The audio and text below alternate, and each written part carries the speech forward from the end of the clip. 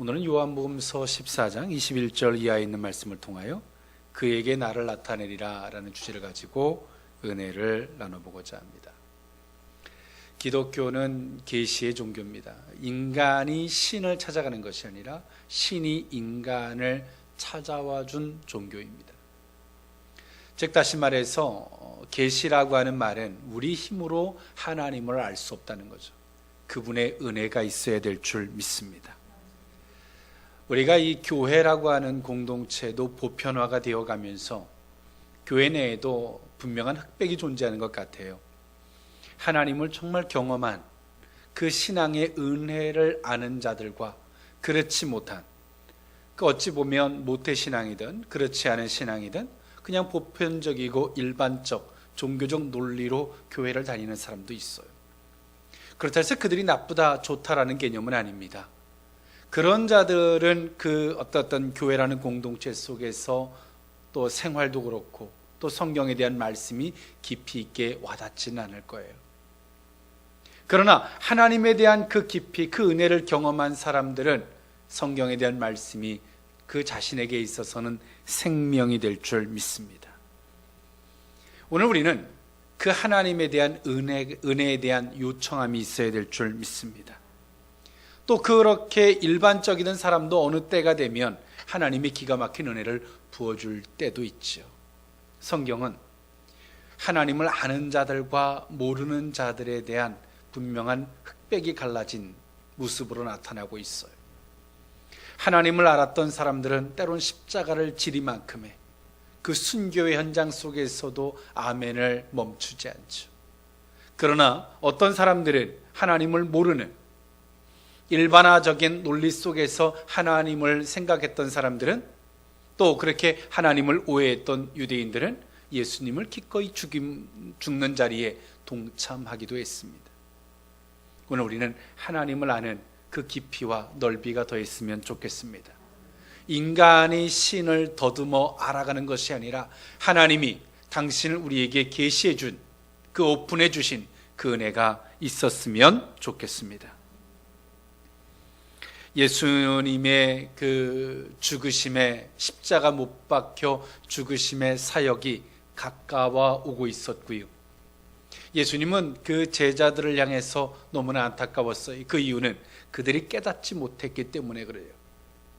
이제 당신은 이제 하나님의 거룩하신 뜻을 따라서 십자가에 못 박혀 죽으심으로 온 인류의 죄악을 대속하시고 그 구원의 역사를 이루시는 그 길을 가야 되는데 함께하는 제자들은 그것을 깨닫지 못했던 것이죠. 안타까웠어요.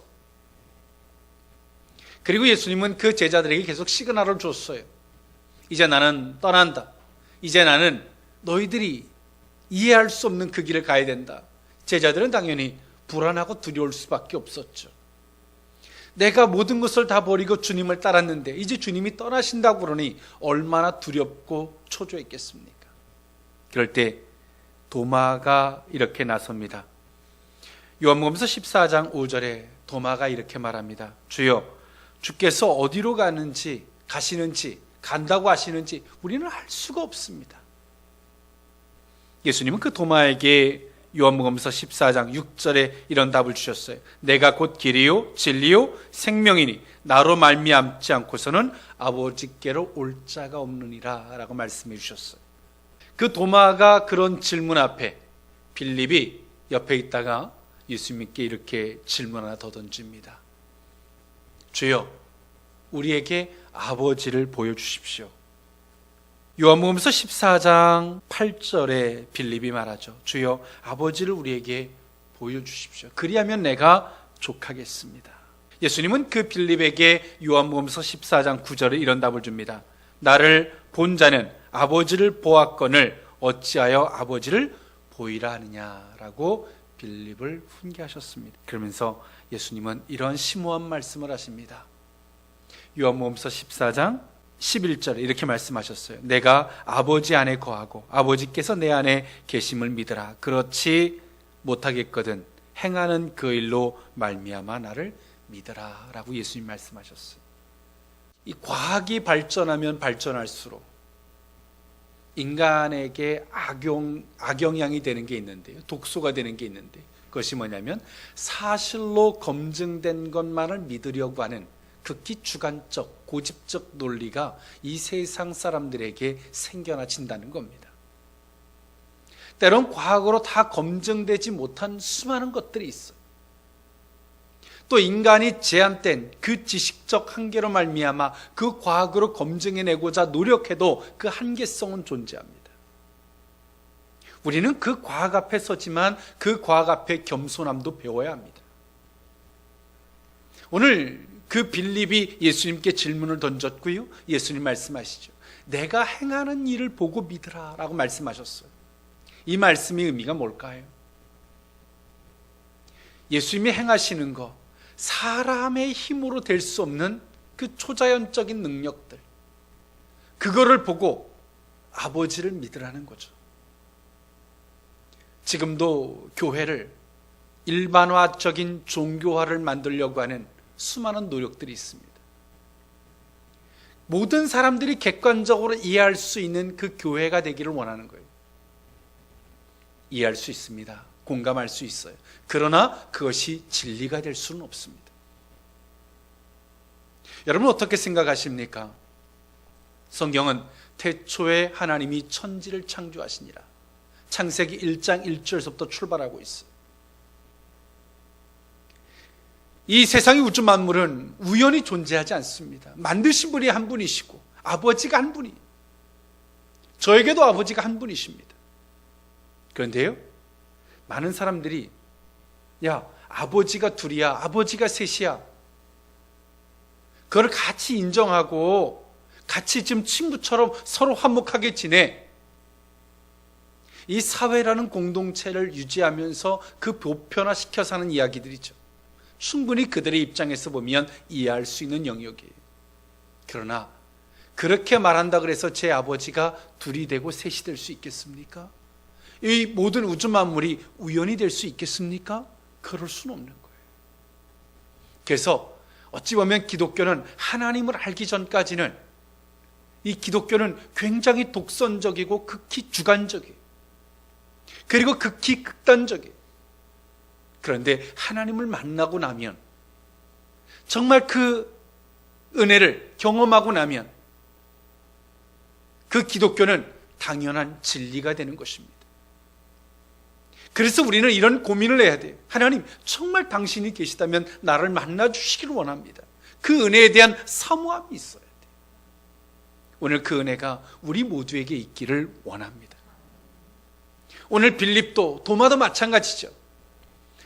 도마도 예수님을 3년 반 동안 따라다녔지만 예수님의 말씀을 이해하지 못하니까 어디로 가십니까? 빌립도 그 예수님을 가르쳐서 뭐라고 말합니까? 수없이 당신을 따랐지만 수없는 고민에 빌립은 빠져 있어요. 그래서 말해요. 빌립도 많이 양보한 거예요. 그래서 빌립이 예수님께 이런 질문을 던진 거예요. 주여, 우리에게 아버지를 보여주십시오. 그러면 내가 족하겠습니다. 많이 양보한 거예요. 그러면 내가 더 이상 이해하려고 막 당신에 대해서 고민하지 않겠습니다.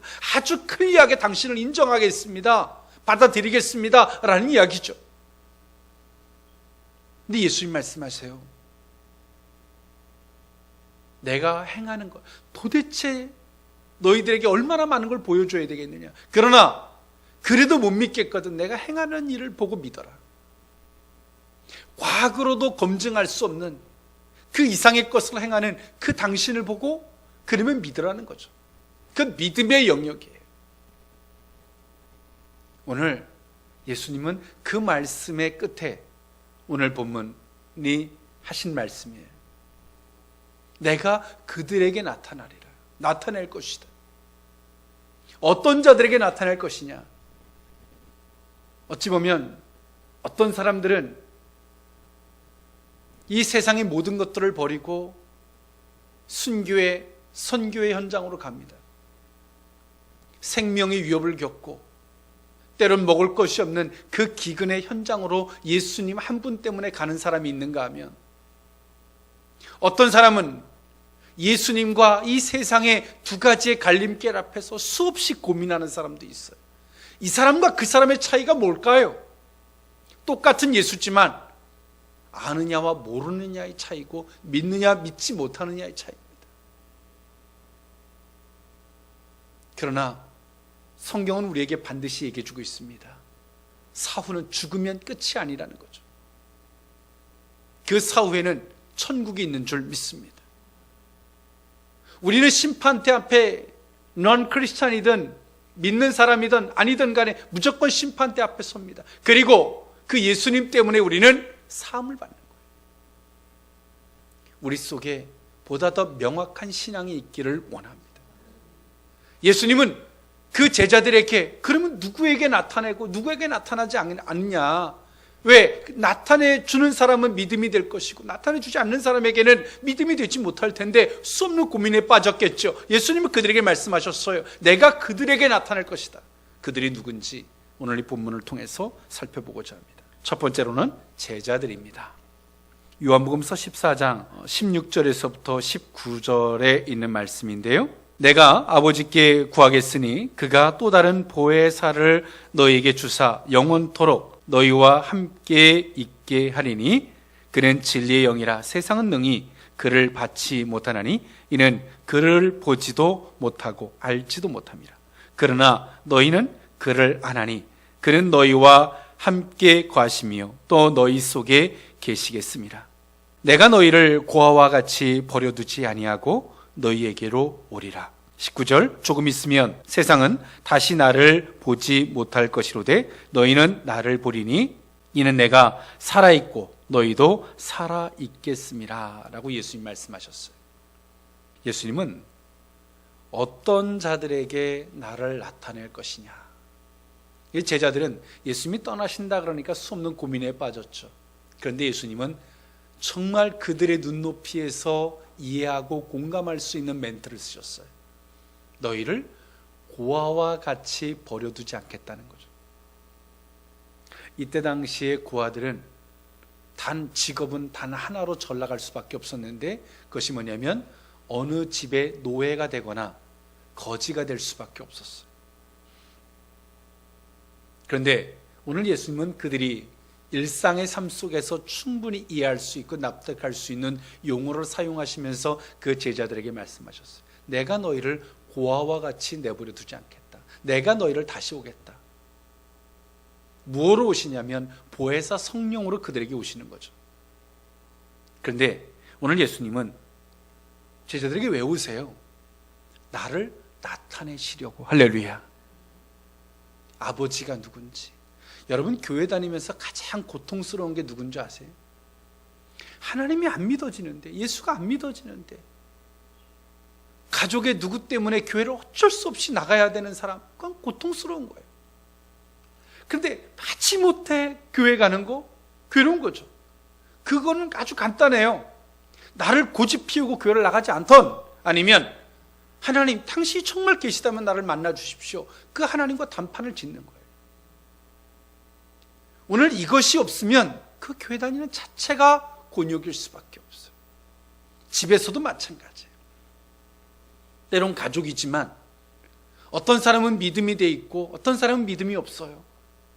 또 어떤 사람은 그 하나님에 대한 명확한 믿음이 있지만 믿음을 갖지 못했어요. 그랬을 때 일반적인 생활에는 큰 문제가 없다가도 어떤 때 문제가 오냐면 주일날 어디로 놀러 가야 된다든가 경조사 일이라든가 어떤 문제가 발생을 했어요. 그 문제를 선택하는 기준을 무엇으로 삼을 것인가에 대한 그 직면하게 되면 항상 트러블이 올 수밖에 없죠. 그거는 한 번쯤 양보한다고 되는 게 아니에요. 그거는 해결되어져야 되는 줄 믿습니다. 믿음이 없는 가족들을 위해서 기도하십시오. 그들이 하나님을 만날 수 있도록. 할렐루야. 내가 만난 하나님을 그들도 만나면 소통이 돼요. 가족이지만 소통되지 못하는 것처럼 잔인한 일은 없는 거예요. 그러나 깨닫는 사람이 깨닫지 못한 사람과 대화가 되겠습니까? 아무리 10번을 양보해도 내 속의 알미 사라지진 않는 거예요. 오늘 예수님은 그 제자들에게, 이런 자들에게 내가 나타내 줄 것이다. 제자들이, 그러면 그들이 누굽니까? 제자들에게 말씀하세요. 너희들이다. 제자의 길을 걸어가는, 할렐루야, 스승을 보고 스승의 그 길을 따라가는 너희들에게 내가 보여서 알게 해줄 것이다. 신앙은 우리가 막 기도하고 애쓰고 뭔가를 막 해서 막 신비적인 경험을 한다 그래서 하나님을 아는 것만 아닙니다. 정말 주님의 말씀을 따라 그 제자의 길을 걸어갈 때, 할렐루야, 주님은 그들을 고아처럼 버려두지 아니하시고, 할렐루야, 찾아오시고 만나주시고, 할렐루야, 그들에게 은혜를 베풀어 주실 줄 믿습니다.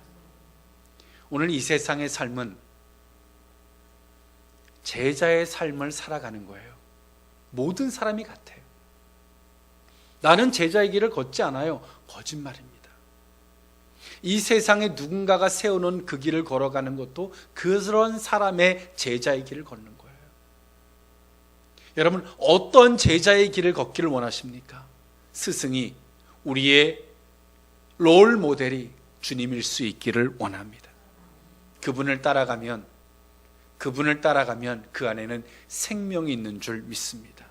예수님은 말씀하셨어요. 나로 말미암지 않고서는 아버지에게로 올 자가 없느니라 라고 예수님 말씀하셨기 때문에 그렇습니다. 오늘 주님이 우리에게 모든 것들을 나타내셔서, 어떤 사람에게는 가리우지만 어떤 사람에게 모든 걸 나타내셔서 보여주시고 말씀해 주시는 그 친근함이 저와 여러분들의 몫이 될 수 있기를 원합니다. 두 번째로 그에게 나를 나타내리라. 두 번째는 의미는요, 계명을 지키는 자들에게입니다. 요한복음서 14장 21절에 있는 말씀인데요, 나의 계명을 지키는 자라야 나를 사랑하는 자니 나를 사랑하는 자는 내 아버지께 사랑을 받을 것이요 나도 그를 사랑하여 그에게 나를 나타내리라 라고 예수님 말씀하셨습니다. 예수님은 제자들에게 보다 더 구체적으로 얹으라고 계세요. 오늘 예수님의 이 말씀하실 때의 입장, 그 감정은 어땠냐면요, 이제 당신은 아버지의 뜻을 따라 계획에 따라 십자가에 못 박혀 죽으셔야 되는 그 사역의 길목에 서 있어요. 그러나 제자들은 깨닫지 못하죠. 이 제자들이 여전히 우둔하고 무지해요. 이들이 정말 주님의 은혜를 경험했으면 좋겠어요. 주님을 따른다고는 따르지만 계속 의문점이 쌓이는 이 제자들의 모습. 오늘 그 제자들에게 예수님 말씀하세요.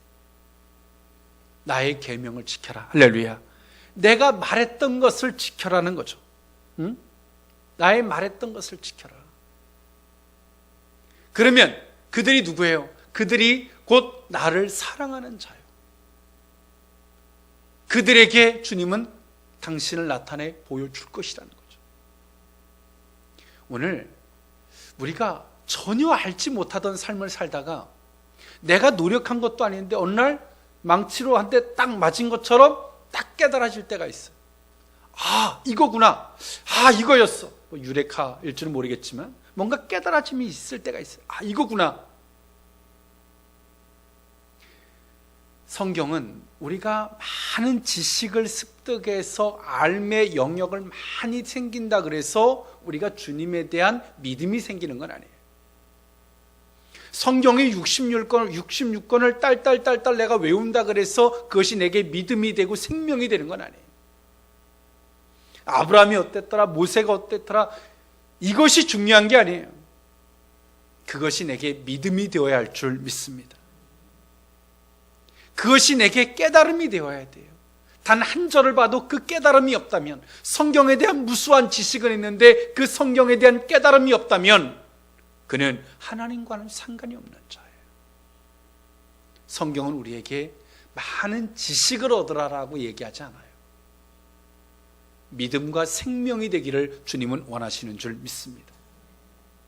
그 믿음과 생명이 되려면 어떻게 될까요? 그 계명을 지켜 행하는 거예요. 여러분, 누가 오렌지에 대한 설명을 했다고 생각해 봅시다. 저도 아침에 귤을 하나를 먹었는데요, 오렌지를 먹으면 비타민 C가 몸이 좋고 기분이 좋아지고 침샘이 생겨서 침이 돌고, 그거를 이론으로 아무리 받아 적어도 이론일 뿐이에요. 그런데요, 내가 그 오렌지를 먹어보면 어떨까요? 아, 그 말이 이 말이구나. 외우려고 할 필요가 없어요. 그냥 한 번에 습득되어지는 거예요. 오늘 제자들은 예수님의 말씀을 그들은 듣고 암기하려고 노력을 했어요. 그러나 그들의 이성적, 세상적 논리로는 아무리 주의 말씀을 외우려고 노력을 해도 계속 잊어버리는 거예요. 그거는 나이가 많이 먹어서가 아니에요. 계속 잊어버리는 거예요. 왜? 세상의 염려와 걱정 속에 살아가기 때문에 계속 잊어버리는 거예요. 근데 예수님은 그들은 제자들에게 말씀하셨어요. 내 계명을 지켜 행해라. 할렐루야. 즉 오렌지를 먹어보라는 거예요. 주의 말씀을 지켜 행하다 보면 무엇을 만나요? 나의 한계를 만나요. 여러분 정말 주님의 말씀하신 대로 한번 해보십시오. 가장 먼저 만나는 게 뭐냐면 힘든 나를 만나요. 나의 한계를 만나요. 나를 부인하고 나를 포기하지 않으면 어렵거든요. 나의 한계를 만나요. 그 한계를 만날 때 우리는 그렇죠. 이렇게 하면 될까? 정말 이렇게 하면 될까? 돌아서고 싶다는 생각을 해요. 그럴 때 우린 기도하는 거죠. 주님, 나를 지켜주십시오. 행할 수 있도록 힘을 주십시오. 은혜를 주십시오. 주님의 힘으로 나를 부인하고 이겨냈어요. 그랬을 때 우리는 그 말씀, 그 순종 안에서 무엇을 만나요? 주님을 만나는 줄 믿습니다. 더 이상 지식이 아니라 우리에게 생명이 되고 믿음이 되는 거예요. 예수님은 그 제자들에게 계명을 지켜 행하기를 원하셨어요. 그러나 제자들은 그전 자리까지 가지는 못해요. 가다 보면 넘어지고 하기 싫고 무너지는 거죠. 작심삼일이 아니라 작심일일이에요. 그런데 오늘 예수님은 그 제자들에게 말씀하세요. 그걸 이겨내라는 거죠. 너희들의 힘으로가 아니라 주님의 은혜를 요청하라는 거예요. 할렐루야. 그 속에 주의 말씀에 뭐가 있어요? 주님이 계시는 줄 믿습니다. 여러분, 많은 사람들이 때로는 신비주의자들이 하나님은 여기 있다 저기 있다 뭐 꿈을 꿔봐라 환상을 봐라 수없이 외치지만 속지 마십시오. 그렇게 만난 주님은요 우리에게 더 많은 갈증을 줘요. 계속 꿈을 꾼 자는 꿈을 꾸기를 바라고 환상을 본 자는 계속 환상을 보기를 원해요. 그런데요 주님의 말씀을 내가 순종하고 가면 할렐루야 그 속에서 주님을 만나잖아요. 주의 말씀 안에 주님이 계세요. 여러분 그 오렌지 지식을 들을 때 내가 먹어보니까 외울 필요가 없잖아요. 그냥 와 닿잖아요. 주님의 말씀을 순종하여 가면 그 말씀 안에 주님이 계세요. 아, 이 말씀이 이것이었구나. 이게 주님이셨구나. 오늘 그 믿음이 저와 여러분들의 믿음이 될 수 있기를 원합니다. 마지막 세 번째로 주를 영접하는 자들에게입니다. 요한복음서 14장 22절에서 24절에 있는 말씀인데요. 가룟 아닌 유다가 이르되 주여 어찌하여 자기를 우리에게 나타내시고 세상에는 아니하려 하시나이까. 23절에 보니까 예수께서 대답하여 이르시되 사람이 나를 사랑하면 내 말을 지키리니 내 아버지께서 그를 사랑하실 것이요 우리가 그에게 가서 거처를 그와 함께 하리라. 사실 이 보혜사라는 말은요 요한복음서에 4번 그리고 요한 1서에 1번 나오는데요 요한만이 사용한 이 보혜사라는 이 단어 위로자, 가르치는 자, 대언자, 진리의 영이라는 의미를 갖고 있죠. 아버지와 아들의 영. 예수님이 육체는 떠나시지만 그의 영이 우리 속에 오셔서 함께 거하시겠다는 거죠. 할렐루야. 함께 거하셔서 무엇을 해줍니까? 그들이 그전에 그렇게 깨닫지 못하던 그들에게 깨달음을 주시고 할렐루야. 알게 해주시고 인도해 가시는 거죠.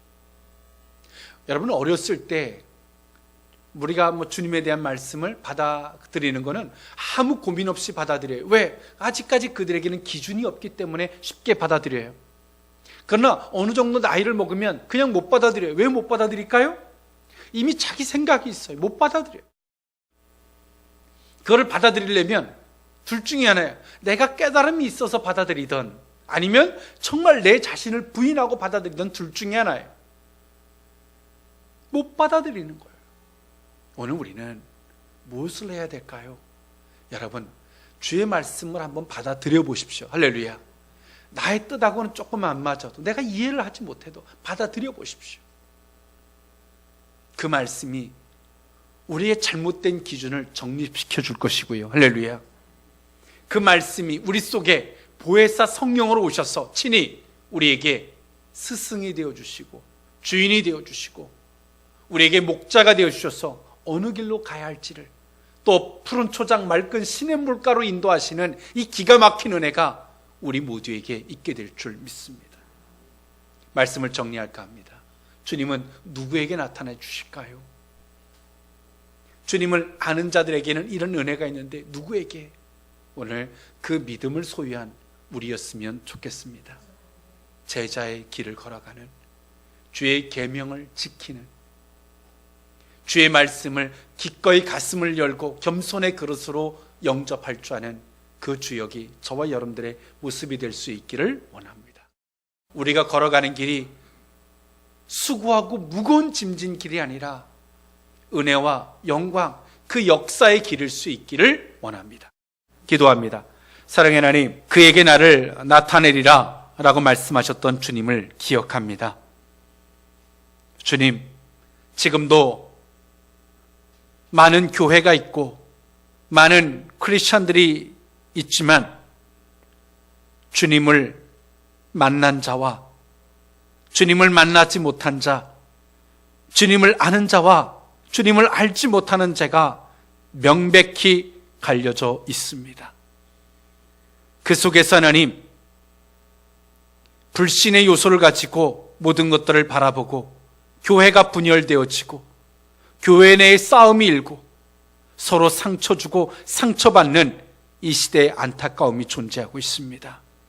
주님, 우리 속의 그 근본적인 문제의 해결은 그 자그마한 문제들과 사건들이 일어나지 않는 것이 아니라 주님을 만나기를 원합니다. 주님의 그 은혜가 있기를 주여 원합니다. 보는 기준이 성경일 수 있기를, 보는 기준이 주님일 수 있기를 원합니다. 우리 속에 생명이, 교회가 생명을 회복하는 복된 은혜가 있게 하여 주옵소서. 예수님의 이름으로 기도하옵나이다. 아멘.